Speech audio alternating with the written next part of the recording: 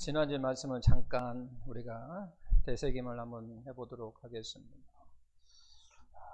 지난주에 여러분 생각나는 게 뭐가 있나요? 설교를 들을 때, 말씀을 읽을 때 3대 영적 원리가 있어야 된다고 이야기를 했습니다. 첫 번째 뭐예요? 말씀은 거울이다라고 하는 거죠. 우리가 거울이다, 이 거울만 생각하면 안 돼요. 거울의 목적이 뭔가? 나 자신을 들여다보는 거거든요. 그러니까 말씀을 놓고 내가 들여다보는 거예요. 비춰보는 거예요. 비춰보는 거. 말씀에 자신을 비춰보는 거예요. 이게 거울이라고 하는 것은 다른 뜻으로 말씀에 늘 내 자신을 들여다보는 거죠. 그리고 교훈이라고 이야기했죠.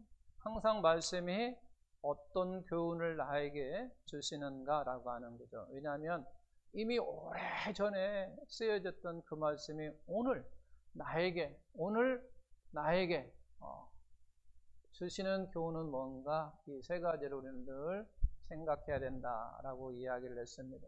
그래가지고 마태복음 4장 3절에서 4절 말씀을 예를 들어서 제가 설명을 했고, 그 다음에 이 과정 속에 우리는 마귀를 뭐하라? 대적하라 그랬어요. 마귀를 대적하라. 마귀를 대적하는 게 뭐냐라고 이야기할 때 우리는 신앙생활 가운데서 늘 우리의 삶 속에 마귀라는 게 우리에게 제안을 해요. 제안하고 요구를 한다라고 하는 거죠. 이 요구를 뭐 하는 것이, 거절하는 것이 마귀를 대적하는 것이다 라고 이야기했어요. 성경에서 마귀를 대적하라 한다면 대적하라고 하는 게 뭔가라고 할 때 늘 우리에게 제안을 한다라고 하는 거죠. 이 모양 저 모양 우리에게 다가와서 늘 우리에게 제안하는 거죠. 이렇게 해라 저렇게 하라 요구를 하는 거죠. 그것을 거절하는 거죠. 거절할 때 우리가 승리한다라고 하는 거죠. 그래서 거절을 우리가 거절을 잘 하려면 뭐 한다고 했어요? 마지막 결론, 말씀을 잘 알아야 된다. 말씀을 잘 들어야 되는 게 아니에요. 말씀을 알아야 돼요. 말씀을 잘 알아야 돼요. 그러면 알기 위해서는 또 뭐 해야 돼요? 성경을 늘 가까이 해야 되는 거예요. 성경을 늘 가까이 하는 거예요. 그게 우리의 삶이에요. 우리가 세상에서 늘 반복적으로 일을 하는 것처럼 우리의 삶 속에 우리는 두 가지 일을 해야 돼요. 그래서 부지런해야 돼요. 세상 사람들은 한 가지만 하면 되잖아요. 근데 우리는 두 가지를 해야 된단 말이에요. 자기 먹는 것도 해야 되지만 우리는 또 다른 우리 영적으로 양식을 준비하고 해서 하기 위해서는, 잘 알기 위해서는 말씀과 늘 가까이 해야 된다라고 하는 거예요. 근데 오늘 출애굽기 13장 17절과 21절, 22절 말씀을 우리가 이 말씀은 정말 이해하는 것이 필요합니다. 왜냐하면 만약 이 말씀을 우리가 잘 이해를 하지 못하면 광야에서 하나님께서 이스라엘 백성에게 준 이 만나라고 하는 것, 이 만나를 잘못 해석할 수가 있어요. 이 만나라고 하는 것을 잘못할 수 있다는 거죠. 좀 이따 제가 이제 설명을 하면 될 거예요.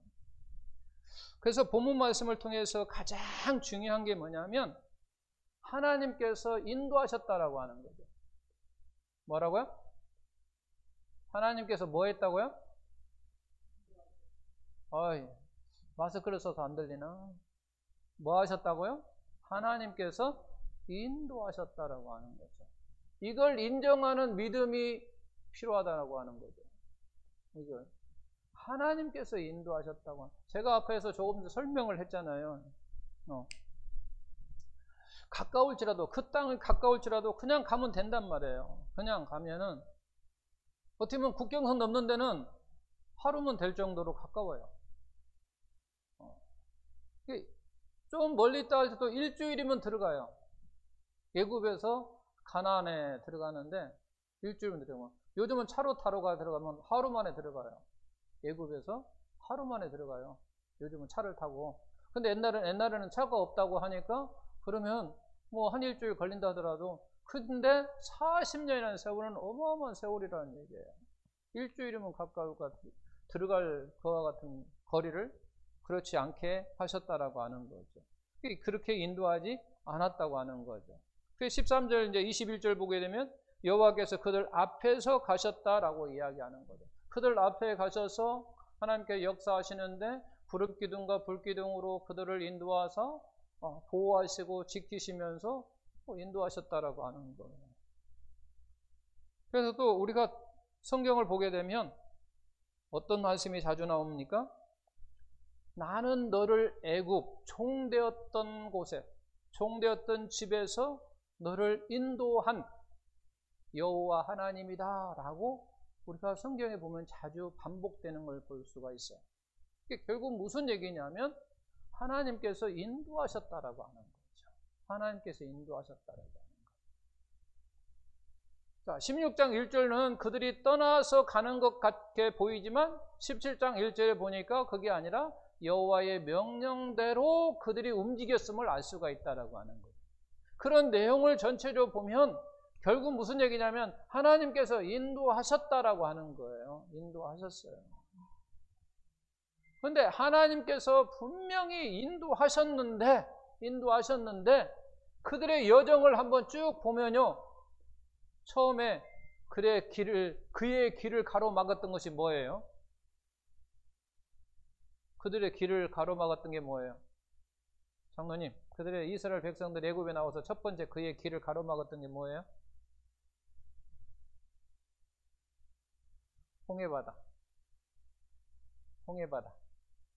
홍해, 이스라엘 백성들을 가로막았잖아요. 딱 홍해. 하나님의 역사 가운데 건넜어요. 그리고 그 다음에 여정에 보게 되면 또 뭘 만나면 사막에서 물을 만났어요. 사막에서 물을 만났는데 먹지 못했어요. 써서 먹지 못했어요. 그와 같은 일이 있었어요. 그리고 그들이 또 가다 보면 또 원망을 해요. 하나님께 원망해요. 왜 우리를 굶겨 죽여려느냐 라면서 배고픔에 막 원망을 한다고요. 그와 같은 일이 있다는 얘기예요.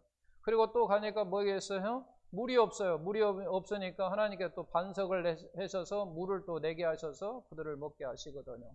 이런 것을 쭉 거쳐서 결국은 이제 40년이라는 세월을 보내게 되는데 한번 보십시오. 하나님께서 그들을 인도하셨어요. 그런데 그들에게는 어려움이 연속이에요. 홍해도 만나고 물을 사막에서 물 맞다 생명과 같은 물을 딱 만나고 보니까 얼마나 좋겠어요. 근데 물을 먹을 수가 없어요. 그것도 결국은 그들에게는 엄청 생명과 직결된 고통이라고 하는 거죠. 사막에 먹을 게 없어요. 배고픈 거죠. 굶주려. 그러니까 그들이 원망하잖아요. 애굽에 매장지가 없어서 우리를 이 사막에 있고 해가지고 여기서 우리를 죽이려고 하느냐, 굶겨 죽이려고 하느냐라고 하면서 막 원망을 한단 말이에요. 이게 어려움의 연속이라는 거죠. 어려움의 연속이에요. 그 어려움의 연속이 누가 인도했냐면 하나님께 인도하셨어요. 이스라엘 백성들이 자기들이 알아서 가가지고 어려움을 당했으면 이해를 하겠는데 그게 아니라는 거죠. 하나님께서 그들을 인도하셨어요. 낮에는 그냥 더우니까 구름 기둥으로 구름을 껴가지고 밤에는 추우니까 따뜻하게 불 기둥으로 막 그렇게 인도하셨음에도 불구하고 그들의 여정은 어려움의 연속이었다라고 하는 것을 알 수가 있다라고 합니다. 하나님께서 인도하셨는데 그들에겐 어려움이 있었다라고 하는 거죠.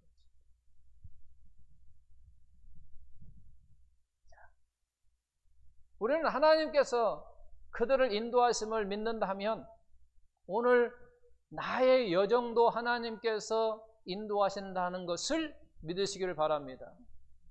정말 이걸 믿는다면 오늘날 하나님의 나의 여정을 인도하신다는 것을 믿어야 된다고 합니다. 그러면 한번 보여자는 거죠. 내 자신을 여기에다가 이제 넣는 거예요. 한번 보십시오. 오늘날 하나님이 나를 인도하신다는 얘기예요. 이 모양 저 모양으로 인도하신다고 하는 거예요. 근데 어떤 사람은 인도하는데 어려움이 아니고 어떤 사람은 뭐 좋은 사람이 있어요. 그죠? 좋은 사람도 있어요. 근데 어떤 사람은 어려우면 근데 어려움인데 계속 연속이요. 이런 어려움도 있고 저런 어려움도 있고 그래. 그러나 그 어려움 속에서도 하나님이 그들을 이 모양 저 모양으로 물론 지켜주셨다라고 하는 거예요. 이스라엘 백성들을 그들을 지켜주셨잖아요. 정말로 그들 앞에 어떻게 할 수 없는 그와 같은 사건이었지만 홍해바다를 가르셨잖아요. 그도 그 길을 건너게 하셨어요. 먹지 못한 물을 먹을 수 있게 하셨고, 그들이 배고픔에 있을 때 그들에게 만나를 주어서 먹을 수 있게 하셨고, 물론 어려움 속에 그렇게 하나님 이스라엘 백성들에게 역사하셨던 것처럼 오늘 우리에게도 우리의 삶 가운데에도 어려움이 분명히 있지만 하나님께서 반드시 그와 같은 사건 그와 같은 환경 속에서 하나님께서 여러분 삶 속에 역사하실 줄 믿습니다. 우리 가운데에도 그러잖아요. 계속 어려움이 반복되어진다고. 반복되어진다. 그러면 속에서도 하나님께서 인도하셨다라고 하는 거죠. 왜 하나님께서 이들을 그냥 빠르게 가면 되는데 왜 이와 같은 어려움을 겪게 하는 과정들, 여정들을 하나님께서 허락하셨느냐. 분명히 어떤 이유가 있어요. 목적이 있다라고 하는 거죠. 하나님이 그냥 한 거 아니라 어떤 의도가 있어요. 분명히 의도가 있다는 거예요. 그냥 하신 거 아니에요. 그걸 우리는 아셔야 돼요. 그걸 생각해야 돼요. 그런데 이제 우리가 여기에다 적용해요. 하나님 어찌하여 저에게 어려움에 연속을 주십니까? 하나님의 무슨 목적이 저에게 있습니까? 이게 기도하는 거예요. 이게 하나님 뜻대로 기도하는 거예요. 하나님 어찌하여 나에게 이와 같은 분명히 무슨 목적이 있을 텐데 그 목적을 알게 하시고, 제가 회개할 것이 있으면 회개하게 하시고, 어떤 이유가 있어서 그런지 알게 하옵소서라고 기도하는 거예요. 우리. 어쨌든 오늘 말씀 가운데 앞에는 결국 무슨 얘기냐면 하나님께서 인도하셨다라고 하는 거죠. 그럼 왜 하나님께서 이들을 이렇게 광야로 인도하셨느냐? 이와 같은 목적, 이유가 있을 거라는 얘기예요. 한 가지예요. 그들에게 순종을 가르치기 위해서. 순종을 가르치기 위해서. 순종하면 여러 가지 의미로 우리가 해석할 수 있어요. 누가 순종했느냐라고 할 때 어떤 행동을 했느냐 안 했느냐 이렇게 기준을 가지고 우리가 말하기도 합니다. 그러나 구약의 출애굽기에서 광야에서의 순종은 어떤 의미냐라고 이야기할 때 자기 힘으로 또는 자기 능력으로 살지 않고 하나님을 뭐하고 바라보고 하나님을 의지하는 것, 이것이 진정한 순종이라고 하는 것을 알려주고 싶었던 거예요. 제가 전에 이제 만나를 통해서 하나님께서 순종을 가르치기 위해서 했다라고 제가 설명을 했으니까 오늘은 좀 더 다른 방향으로 간단하게 이야기하면 그거예요. 가만히 생각해 보십시오. 하나님께서 순종이라고 한 건 뭐냐라고 할 때 자기 힘으로 사는 게 아니에요. 자기 능력으로 사는 게 아니란 말이에요. 그럼 뭐냐? 하나님을 바라보라는 거죠. 하나님을 의지하라고 하는 거예요. 어디에서? 광야에서 그런 얘기예요. 광야에서의 순종은 한번 가만히 보십시오. 하나님께서 뭐라고 이야기하냐면 그들에게 하루는 가서 거두라 라고 이야기해요. 또 오늘도 가서 오늘 하루치만 거둬라, 많이 거두면 썩는다, 먹지 못해 라고 이야기를 하는 거예요. 그래서 계속 그 말을 해요. 그래 오늘은 또 이틀 것을 거두라 라고 이야기를 하는 거예요. 그러니까 오직 하나님을 바라보고 하나님을 의지하는 것, 그것이 곧 순종임을 그들에게 가르치고 싶었던 거예요. 그들에게 결국은 가까운 길로 인도하지 아니하시고 광야의 길로 인도한 그 광야로 인도하신 목적이 뭐냐면 그들에게 순종을 가르치고 싶었던 거죠. 그러면 광야의 순종이라는 건 뭐냐? 자기 힘으로 사는 게 아니라 하나님을 의지하는 것이 곧 순종임을 알게 하기 위해서 그들에게 인도했다라고 하는 거예요.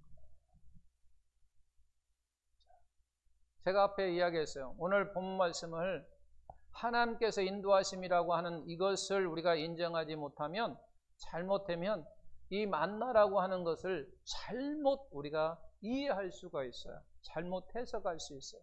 제가 여러분들에게 이제 이런 질문을 할게요. 만나가 이스라엘 백성들에게 굶주림의 해결책이었다. 맞아요? 틀려요? 만나라고 하는 것이 이스라엘 백성들의 배고픔의 해결책이었다. 맞나 틀리냐는 얘기예요. O예요, X예요?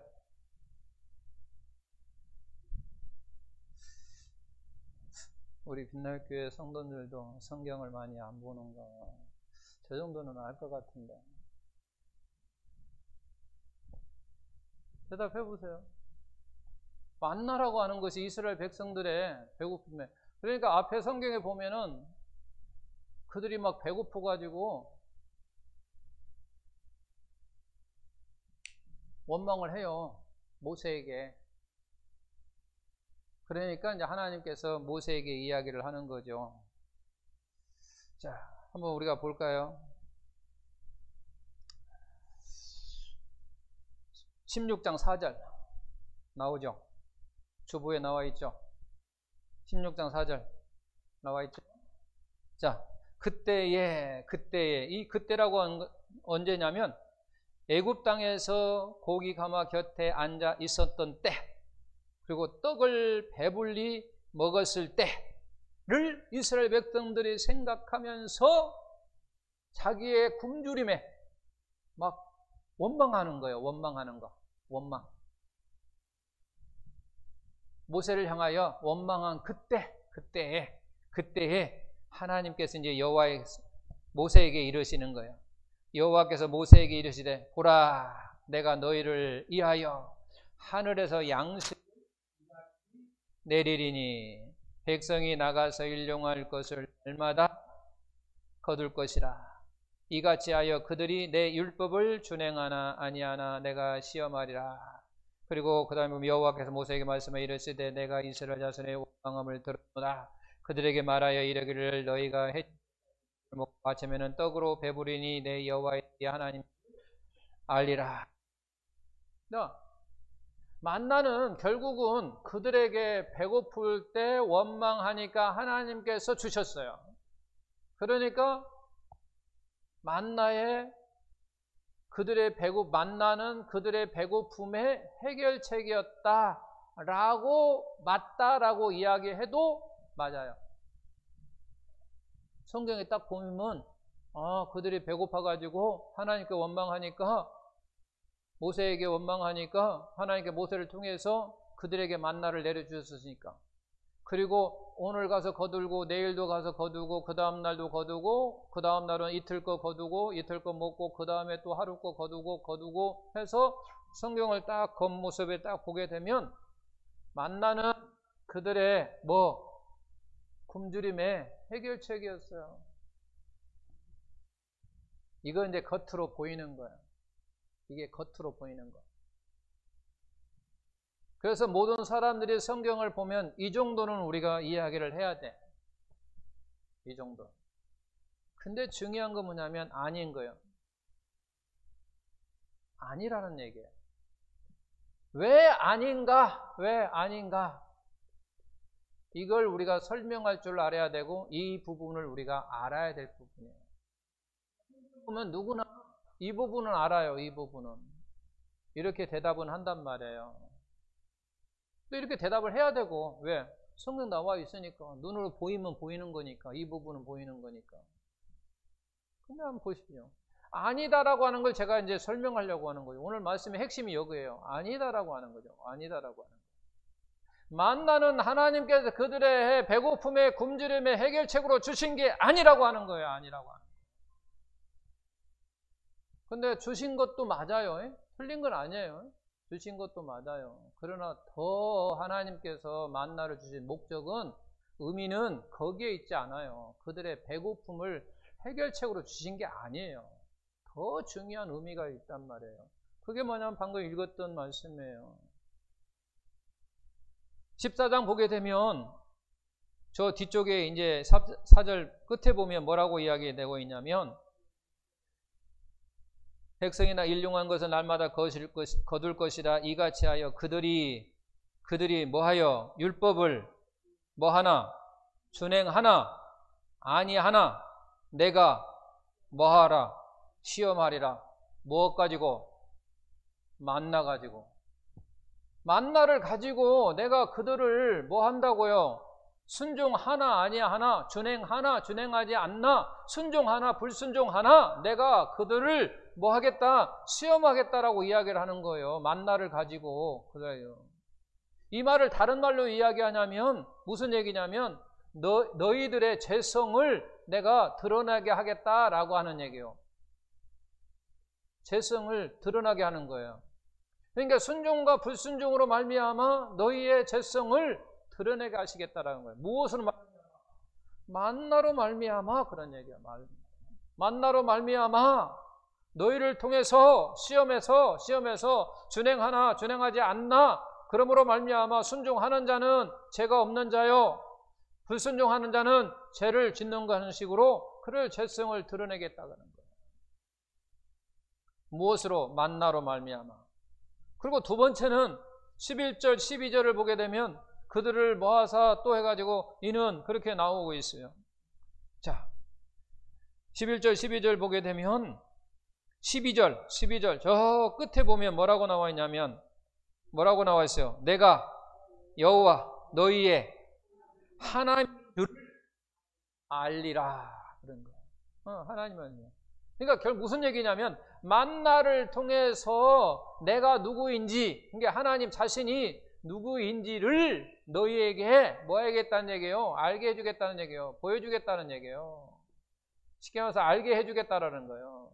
그러니까 만나를 왜 그들에게 줬느냐라고 이야기할 때 그 만나를 통해서 이스라엘 백성들이 나를 알게 하시겠다라고 하는 얘기예요. 오늘날 말씀 이야기했죠? 이거 왜 주셨어요? 말씀? 이 말씀을 통해서 우리가 누구를 압니까? 하나님을 아는 거예요. 이걸 통해서 하나님을 아는 것처럼 바로 하나님께서 이스라엘 백성들에게 만나를 준 이유는, 목적은 뭐냐면 하나님 자신, 내가 누구인가를 그들에게 보여주겠다는 거예요. 보여주겠다. 알게 하겠다는 거예요. 알려주겠다라. 그러니까 결국 무슨 얘기냐면, 이걸 또 다른 얘기를 하냐면 하나님을 알게 되면 이스라엘 백성들이 누구인지를 또 알게 되는 거예요. 그러죠? 이 말이 좀 어려운가요? 하나님이 누구인지를 알면 이스라엘 백성 자신들이 누구인지를 안단 말이야. 쉽게 말해서 오늘날 이야기하면 하나님이 누구인지를 알면 알수록 내 자신이 누구인지를 내가 안다, 그 말이야. 그러잖아요. 내 자신을 여러분 어떻게 알아요? 하나님을 알 때 내 자신을 아는 거예요. 세상 사람들은 하나님을 모르니까 자기 자신이 누군지를 모르는 거예요. 그러니까 세상에서 방황하고 있는 거예요. 자기 뜻대로 자기 생각대로 사는 거예요. 우리는 하나님의 누구인지를 아는 거예요. 하나님의 누군지를 알아요. 누구라는 거 간단하게 이야기하면 하나님께서 나를 창조하신 분이라고 하는 것을 내가 알기 때문에 그분에게 예배하는 거예요. 그분에게 감사하는 거예요. 그리고 또 하나님이 누구이십니까? 나를 죄 가운데서 구원해 주신 분이라는 것을 내가 알기 때문에 그에 감사하여 예배드리는 거예요. 더 진실로 하나님께 감사하기 위하여 내가 말씀을 자꾸 보려고 하고 이해하려고 하고 깨닫게 하려고 또 보는 거예요. 왜? 그래야 진정한 내 마음으로. 왜? 내가 하나님을 더 깊이 알면 알수록 내 자신의 깊은 마음 속에서부터 하나님을 알 수 있다고 하는 거예요. 결국은 만나는 왜 그들에게 주셨느냐라고 이야기할 때 바로 이거예요. 그들의 죄성을 드러내게 하기 위해서, 그리고 내가 누구인지를 알게 함으로 말미암아 지금 인도한 너희들이 누구인가를 알게 하기 위해서 그런 거예요. 하나님을 알면 이스라엘 백성들이 자기 자신을 아는 거예요. 아, 우리가 지금 누구다라고 하는 것을, 하나님께 특별히 우리를 사랑하셔 선택한 백성이고, 그리고 더 아브라함과 이삭과 야곱에게 약속하신, 언약하신 그 말씀대로 그들을 애굽에서 인도하사 지금 가나안 땅으로 인도하신 그 하나님을 누군지를 안단 말이에요. 알면 알수록 이스라엘 백성은 자기 자신을 아는 것처럼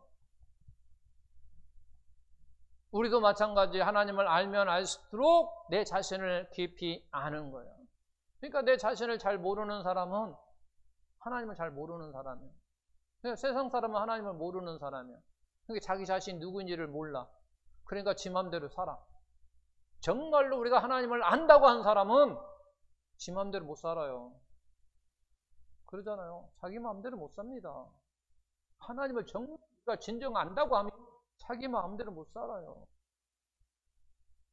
그런데 이스라엘 백성들은 그걸 몰랐던 거예요. 그걸 몰랐던 거예요. 그럼 이제 어떤 사람은, 이제 성경을 좀 많이 아는 사람은 그렇게 이야기하세요. 이스라엘 백성들이 애굽에 종살이 있을 때 하나님께 부르짖었잖아요. 부르짖어갖고 하나님께 그 기도를 상달 받아가지고 들으셔가지고 그들을 기억하셨다. 그래갖고 아브라함과 이삭과 야곱에게 언약하신 그 약속을 기억하사 그들을 돌보셨고 그들을 인도하셨다. 그러니까 이스라엘 백성들이 하나님께 자기의 그냥 고통스러운 그 나날들이 계속되니까 하나님 우리를 구원해 주세요 라고 기도했으니까 하나님을 알지 않았느냐 라고 말할 수 있어요. 물론 하나님을 전혀 몰랐다고 말하지는 않지만 하나님을 아는 지식은 없었던 거예요. 그냥 하나님만 아는 것이지 하나님에 대한 지식을 몰랐다라고 하는 거예요. 제가 이렇게 이걸 설명했고요. 이스라엘 백성들이 이때 하나님을 아는 데는 어느 정도의 수준이었을까라고 이야기할 때 수준이라고 했을까 했을 때 저는 이렇게 말하고 싶어요. 어린아이 2살에서 3살 정도의 나이였다라고 생각하는 거예요. 여러분 가만히 보십시오. 어린아이가 이제 돌 지나가지고 이게 2살, 3살 되면요. 엄마하고 비슷한 아줌마하고 옆에 딱 대다 놓고 그 아줌마가 그 아이한테 야야야 막 하고 해서 막 재롱을 부리면서 내가 네 엄마야 막 하면은 그 아이가요 좋아하지 않아요. 근데 진짜 엄마가 와가지고 막 재롱하면은 말이요 막 싱긋하고 웃고 막 행복해하고 하는 거예요. 지금 엄마는 알아봐요. 그렇다고 해서 그 아는 엄마가 얼마나 많이 알아요. 근데 그 아이가 이제 자라가지고 성년이 돼가지고 결혼을 해서 결혼하고 나서 이제 아이를 낳고 그때의 그 엄마를 아는 것하고는요 비교할 수가 없는 거예요. 그러니까 이때 이스라엘 백성들은 하나님을 알기는 알았지만 이 정도의 수준뿐이 안 됐다라고 하는 거예요. 그러니까 우리는 어떤 삶을 살아야 되냐면 결국은 우리가 결혼을 하고 나서 자식을 낳아보고 자식을 키워보고 나면 그러잖아요. 우리 어른들 너도 자식 키워봐 내 마음 알 거야 하고 하는 거죠. 바로 그래서 우리가 그리스도의 삶이라고 하는 건 이런 측면에서 보면 뭐냐라고 할 때 한평생 하나님의 마음을 알아가는 것이 우리의 삶이라고 합니다. 이게 신앙생활이 뭐냐라고 할 때 이런 측면에 보게 되면 하나님의 마음을 알아가는 것. 즉 우리 자녀들이 우리 부모의 마음을 알아가는 것. 내가 큰다, 내가 커간다라고 이야기하면 이런 측면에 보게 되면 바로 그거예요. 내가 이런 측면에서 내가 커간다라고 할 때는 엄마 마음을 알아가는 거예요. 그래서 정말 엄마의 마음을 깊이 알 때는 언제냐면 바로 내가 결혼을 해서 자식을 낳아보고 자식을 키워보고 자식이 뺀질뺀질 거려보고 그래 봐야 알아. 그런 건 알아. 나도 엄마가 나를 키울 때 나도 뺀질거렸다는 것을 그때서 알아. 그때 마음이 참 많이 아팠겠구나. 그런 거예요. 그러니까 엄마 마음을 깊이 깨달을 때는 바로 내가 그런 깊은 가정들을 겪어오고 나서 안다는 거예요. 바로 여기에서도 마찬가지다. 그리고 또 신명기 8장 3절 말씀 기록되어 있죠. 주보에 보게 되면 왜 그들에게 만나를 주었느냐라고 이야기할 때 그들을 뭐하기 위해서 낮추시며 그런 얘기야. 너를 낮추시며 너를 줄이게 하시며 또 너도 알지 못하여 내 조상들도 알지 못하던 만나를 내게 먹이신 것은 이유는 뭐냐라고 이야기할 때 사람이 떡으로만 사는 것이 아니요 여호와의 입에서 나오는 모든 말씀으로 사는 줄을 내가 알게 하심이라 라고 말씀하고 있어요. 그리고 8장 16절 내 조상들도 알지 못하던 만나를 광야에서 내게 먹이셨나니 그 먹이신 이유가 뭐냐라고 할 때 이는 다 너를 뭐하고 낮추시며 너를 뭐한다? 시험한다는 얘기예요. 시험한다. 결국은 무슨 얘기냐면 그들을 뭐하기 위해서 연단한다는 거죠. 만나를 그들에게 준 것은 바로 연단이라고 하는 거예요. 연단하는 거죠. 그들을 연단해서 결국은 뭐하기 위해서 순종하는 사람으로 만들기 위해서 그런 거예요. 그들을 연단하는 것은 순종하기 위해서. 순종이 뭐라고 이야기했대요? 광야에서의 순종은 뭐라고요? 내 삶으로, 내 생각으로, 내 힘으로, 내 능력으로 사는 것이 아니라 하나님을 바라보고 하나님을 의지하는 것이 진정한 순종임을 그와 같은 만나를 통해서 지금 가르쳐 주는 거예요. 만약에 만나가 그들의 배고픔의 해결책이었다고 한다면 그것만 이유라면요 하나님께서 그들에게 하루길 주시지 않아요. 뭐하러 하루 거둔 것을 남은 것을 썩게 하십니까? 그들의 배고픔을 해결책으로 했다면 그렇지 않아요. 그냥 놔둬요. 남기고 그 다음날 또 먹을 수 있도록 또 그 다음날 거둘 수 있도록. 그 일주일치 거두든 뭐 2주치 거두든 부지런 사람은 뭐 2주 걸 거둘 것이고 더 부지런 사람은 뭐 한 달 걸 거둘 것이고 해도 그것이 썩지 않는다라고 하는 거예요. 왜? 그들의 배고픔만 해결책이었다고 한다면 그럴 필요가 없었다라고 하는 거예요. 그런데 하루만 먹고 썩게 하셨거든요. 더 이상 먹지 못하게 하셨단 말이에요. 그 다음날도 마찬가지였고 그 다음날도 마찬가지였고 그 다음날도 마찬가지였었어요. 그리고 토요일날 금요일날에는 이틀걸 거두게 하셨잖아요. 한번 생각해 봅시오. 그 전날은 하루 걸 가지고 남으면 썩었는데 그 다음날 이틀을 걸려도 썩지 않았다라고 하는 거예요. 그 이틀 지나서 또 썩었잖아요. 그럼 그 다음날 또 그러는 거예요. 그러니까 결국은 하나님께서 만나를 주신 목적은 그들의 배고픔의 해결책보다는 더 중요한 게 뭐냐면 그들에게 순종을 가르치기 위했다는 거죠. 왜? 말씀이 우리에게 그렇게 보여주고 있다라고 하는 거죠.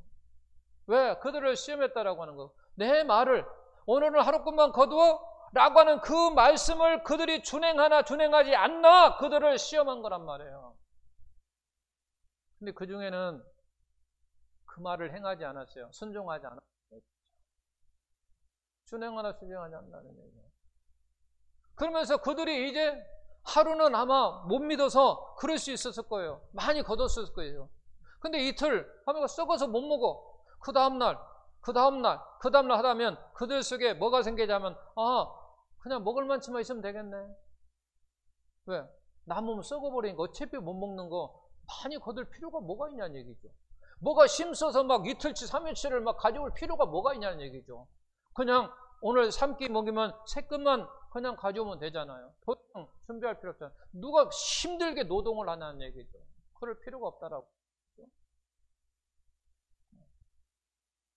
그러므로 말미암아 우리를 먹이시는 하나님이라고 이제 알게 된다는 거예요. 내가 누구인가를 알게 되는 거예요. 나를 입히시고 먹이신 분이 아버지구나라고 하는 걸 알게 된다라고 하는 거죠. 내가 그의 자녀이기 때문에 하나님은 나를 먹이시고 입히시는구나라고 하고 나를 보살피고 계시는구나라고 하는 것을 깨닫게 되는 거죠. 그렇게 계속 경험하다고 하면 하나님이 진정한 누구인가를 알고 하나님이 어떠한 분인가를 나중에 보면 이와 같은 여정의 속에서 그들이 죽고 나니까 이제 광야에서 태어나건 2세들 그 다음에 이제 가나안 전쟁을 겪지 못한 여기에 이와 같은 일을 겪지 못했던 사람들을 가나안 전쟁을 말미암아 또 그들에게 가르치는 거예요. 가르치는. 그러니까 하나님은 결국은 계속 반복적으로 어떤 시기가 되면 가르친다라고 합니다. 이게 오늘 우리에게도 마찬가지예요. 오늘 우리에게도 하나님께서 이와 같은 어려움, 분명히 나에게 그렇지 않을 건데 이렇게 자꾸 어려움이 연속되면 그 어려움을 통해서 무엇인가 나를 가르치려고 하는 거예요. 진정한 네가 하나님을 전에는 10살 정도, 여기서 이제 2살, 3살, 10살 정도의 하나님을 알았다면 어떤 계기를 통해서 이제는 15살, 20살의 하나님, 그걸 알려주기 위해서 나에게 이와 같은 여정이 될 수도 있다라고 하는 거죠. 그러면 하나님은 고난만 통해서 그러느냐? 그렇지 않아요. 내게 어떠한 풍족한 일을 통해서도 하나님께서 풍족할 줬을 때도 네가 정말 나를 의지하는가? 내가 너를 보마 하고 시험할 수 있다라고 하는 거죠. 나에게 어려움을 주면서도 네가 어려움 속에서 나를 의지하고 나를 바라보고 나에게 예배 드리는가? 라고 하는 걸 볼 수 있는 것처럼 마찬가지로 하나님께 나에게 어떤 풍성함을 넉넉함을 주문을 말미암아 덤도 부족함이 없이 그냥 넉넉하니까 내가 그냥 그럴 때 해도 하나님은 나를 테스트할 수 있다라고 하는 거죠. 내가 너에게 풍성해 주었음에도 불구하고 네가 진정한 나를 의지하고 나를 바라보고 나를 믿고 나에게 예배하고 나에게 찬양하느냐 알 수 있다는 얘기죠. 그것은 여러분들이 기도하면서 하나님과 관계 속에서 알아야 돼요. 하나님 나에게 이와 같은 어려움을 주시는 이유는 뭘까요? 연속적으로 이렇게 주시는 이유는 뭔가요? 제가 뭔가 잘못했나요? 아니면 무언가를 저를 깨닫게 하기 위해서 그런 겁니까? 라고 하면서 하나님과의 기도 가운데 여러분들이 알아야 되는 거죠. 풍성함 속에 있어도 마찬가지예요. 하나님 제게 이렇게 풍성함을 주시는 일은 제가 이런 넉넉함 속에서 하나님을 섬기는가 섬기지 않는가를 저를 보기 위한 것입니까? 아니면 하나님께 나에게 은사를 주신 남에게 어떤 선교하고 구제하는 일을 저에게 은사로 주셨는데 그 일을 하는가 하지 않는가 저를 시험하십니까? 등등 여러 가지로 우리가 생각할 수 있단 말이에요. 그 여러 가지 생각 속에서 우리가 어떤 정답을 얻는 것은 해답을 얻는 것은 하나님과 개인과의 관계 속에서 이루어져야 되는 거죠. 우리가 다 동일하게 이루어지는 건 아니에요. 어떤 사람에게는 어려움을 줌으로 말미암아 그와 같이 기도할 수 있게 하시고 그 기도하는 가운데 깨닫게 하시고 알게 하시는 것이고 어떤 사람은 풍성함 속에서 또 어떤 것을 알고 깨닫게 하고 이해할 수 있고 그 일을 할 수 있고 하나님을 더 깊이 알게 하고 깨닫게 되게 하는 거죠. 그와 같은 모습들은 우리가 기도하는데 각자가 알아야 되는 거죠. 그렇지 않고 그냥 기도도 하지 않고 하면 그냥 고난이 그냥 고난이야. 제가 앞에 이야기했죠? 고난이 그냥 아무 나하고 의미 없는 고난이라는 얘기예요. 나에게 풍성함도 그냥 나하고 별 의미 없는 그런 풍성함이란 말이에요. 우리는 말씀과 함께 묵상함으로 말미암아 그 고난이 나에게 유익이 돼 어떤 풍성함도 나에게 더 큰 유익이 돼야 된다라고 하는 거죠. 그건 결국 말씀과 함께 우리가 묵상하고 기도하는 가운데 해서 하나님께 깨달음을 주실 때 그와 같은 삶 속에 이루어진다고 하는 거죠. 그런 은혜가 저와 여러분들 가운데 이루어져서 우리의 믿음이 더욱더 힘있는 그러한 신앙생활이 되기를 예수님의 이름으로 축원합니다.